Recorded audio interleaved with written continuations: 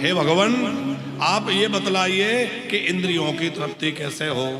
इन इंद्रियों को मैंने जितने भोग प्रदान किए हैं शायद कोई कर पाए, क्योंकि कामुक विमान में रह करके मैंने संसार के सारे भोग इन इंद्रियों को दिए, लेकिन फिर भी अभी तक मेरी इंद्रियां तृप्त नहीं हुई। तो ऐसा क्या साधन है कि इनकी तृप्ति हो जाए? इंद्रियों की तृप्ति कैसे हो? कपिल नारायण भगवान मुस्कुराए और कहा, माताजी आप ये बताइए कि अग्नि में घी डालने से कभी अग्नि बुझती है क्या? प्रचंड अग्नि जल रही हो, थोड़ा सा घी डाल दीजिए तो घी डालने से बंद नहीं होगी, वो और भड़केगी। उसी प्रकार भोगों को भोगने से भोग की वासना और बढ़ती है। यदि आप चाहते हैं कि वासना नष्ट हो तो भोग भोगना बंद कर दिया जाए। आज हमने बढ़िया भोजन कर लिया तो कल फिर मन होगा कि नहीं आज कुछ नया बनाया जाए। कल कुछ और बन गया, फिर मन होगा कि आज कुछ और बढ़िया चटपटा बनाओ, आज ऐसा बनाओ, नया नया मन होगा। और जो सूखी रूखी खाते हैं उन्हें कोई मन नहीं होता, और जो मिल गया अपना दाल भात उसी को प्रेम से पा रहे हैं। हमारे गुरुजी, जो हमारे दीक्षा गुरुजी हैं, हमारे गुरुदेव भगवान जो है, कभी नमक मिर्च भोजन में ये सब कुछ ज्यादा डालते, नाम मात्र रामरस, बिल्कुल नाम मात्र। हम आप खाएंगे तो लगेगा ये तो बिल्कुल फीका है। लाल मिर्च का तो प्रयोग नहीं, थोड़ा काली मिर्च या हरी मिर्च थोड़ा बहुत छोड़ दिया, बहुत नाम मात्र। चाहे कोई और छोका वोका लगाने का काम नहीं है, ऐसे ही उसमें थोड़ा रामरस छोड़ दिया, कुछ छोड़ दिया और ठाकुर जी को भोग रखा दिया, पाओ। तो जो संसारी लोगों ने तो बड़ा अटपटा लगता है कैसे खा रहे हैं, उन्हें बड़ा आनंद है। और हम तो जब पाए गुरु जी के हाथ, अच्छा गुरु जी खुद कई बार बना देते हैं, यद्यपि महाराज जी को क्या आवश्यकता है।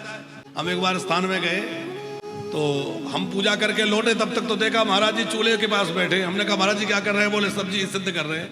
हमने कहा आप कर रहे हैं? बोले क्या हो गया? ऐसे ही कुंभ में हम महाराज जी के आश्रम में रहते हैं, तो कुंभ में अभी महाराज जी खुद बड़े बड़े कढ़ाई रखते हैं, खुद ही लग जाते हैं। हम कहते महाराज जी आप, अच्छा इतने सहज हमारे गुरुदेव भगवान रहते, जबकि महामंडलेश्वर हैं, बड़े बड़े शिष्य परिकर है, तमाम चीजें हैं, पर उनकी सहजता कि वो खुद कड़ेला जो कड़ाह होते हैं ना, उनको मांजने धोने लग जाए, बर्तन धोने लग जाए। हरिद्वार के कुंभ में एक बार की घटना में यार, वो एक दूसरे आश्रम में कहीं भंडारा होना था, तो वहां से महाराज जी आए हमारे महाराज जी को निमंत्रण देने। तो महाराज जी ऐसे ही हो रहे थे, कुछ काम वाम में लगे थे, तो सब ऐसे ही हो रहा था, शरीर कपड़ा सब ऐसे हो रहे। तो वो महाराज जी से ही पूछ रहे कि महाराज जी कहाँ मिलेंगे? महाराज जी से मिलना था। महाराज जी बोले रुक जाओ, थोड़ी देर में आ रहे, यहीं मिलेंगे। फिर महाराज जी अपना गए और थोड़ा हाथ मुंह धो के कपड़ा अपना ठीक करके फिर आके गद्दी पे बिराज गए। और गद्दी पे बिराजे तो वो तो नतमस्तक हो गए, बोले आप ही महाराज जी मैं क्षमा चाहता हूँ, आपको हम जानते नहीं थे, पहली बार मिलना हो रहा है, हमें क्या पता कि आप ही महाराज जी। बड़े लज्जित हुए। महाराज जी का नहीं इसमें कोई बात नहीं, हम कुंभ में आते हैं तो सेवा करने आते हैं, यहाँ हम स्वामी बन के बैठने नहीं आते। महाराज जी अकेले हमसे खूब कहते, हम यहाँ मठाधीश बन के बैठने नहीं आते कि अपने गादी पे बैठे रहें, पूरे समय महाराज जी सेवा करते रहते हैं। एक बार तो पंडित जी, हम हरिद्वार कुंभ में महाराज जी के साथ थे, एक बड़े कढ़ाई में सब्जी बन रही थी और महाराज जी का स्वभाव थोड़ा जल्दी जल्दी काम करवाने का, तो रामरस छोड़ना था। तो रामरस की बजाय वो सोडा होता है ना खाने का, सोडा का पैकेट रखा था या किसी में रखा था, तो महाराज जी ने सोडा डाल दिया।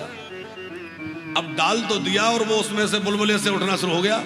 जैसे डाला तो समझ गए कि ये रामरस नहीं था, कुछ और था। क्या रखा था यहाँ? अरे महाराज जी वो तो सोडा था। तो अब महाराज जी ने कहा इतना बड़ा कढ़ावा भर के बना, अब संतों की भी पंगत होना है, भगत जगत भी रुका है, सब पाएगा, और इतनी मात्रा में सोडा खा लेंगे तो सबको पेट खराब हो जाएगा। क्या करें, इतनी जल्दी दूसरा बन नहीं सकता। फिर अब सब्जी लाओ, फिर बनाओ। महाराज जी को बोले कोई बात नहीं है, गंगा जी का नाम लेके सबको पवा दो। हरिद्वार की बात है, गंगा तट की। बोले गंगा मैया का नाम लेके ठाकुर जी को भोग धरा के कर। आप आश्चर्य मानेंगे, एक भी व्यक्ति को लूज मोशन नहीं हुआ, कोई तकलीफ नहीं हुई, जबकि इतना सारा डाल दिया हमारे साथ। संतों का तो क्या कहना, आनंद है। तो हम आपसे निवेदन कर रहे थे कि भोग भोगने से इंद्रियों की तृप्ति नहीं है, इंद्रियों की तृप्ति त्याग से है। जितना त्याग करेंगे उतनी इंद्रियां भोगों से दूर होंगी, और जितना भोगों में पड़े रहेंगे उतना इंद्रियां भोगों की तरफ भागेंगी। देवहूति मैया कह रही हैं, तम त्वं गता हम शरणं शरण्यं, तम त्वा गता हम शरणं शरणं, तम गता हम शरणं शरण्यं, तं त्वागता हम शरणं शरणं। स्वभ्रात्या संसारे तरो कुठारम्, स्वभृत्य संसार तरो कुठारम्,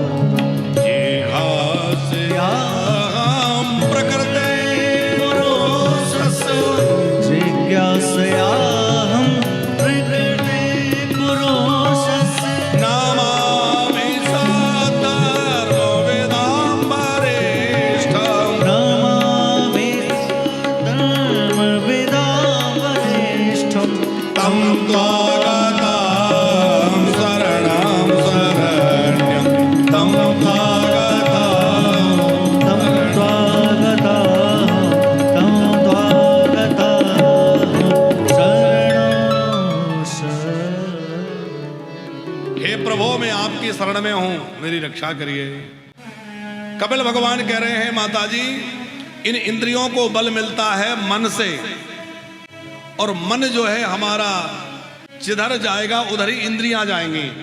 इसलिए इंद्रियों पर ज्यादा जोर मत लगाओ, मन पर जोर लगाओ, और मन यदि संभल गया तो इंद्रियां अपने आप संभल जाएंगी। ये मन कैसे संभले? तो देवहूति माता को कपिल नारायण भगवान ने कहा है, सताम प्रसंगान मम वीर्य संविदो भवन्ति हृदय कर्ण रसायना कथा तज्जोषणादा स्वपवर्ग वर्त्मनि श्रद्धारतिर्भक्तिरणुक्रमश्यति। निरंतर सत्पुरुषों का संग करो, खूब कथा सुनो। कथा सुनते सुनते सुनते मन खूब जब भगवान में लग जाए, मन द्रवित हो जाए, तो इसको भगवान की ओर लगा दो।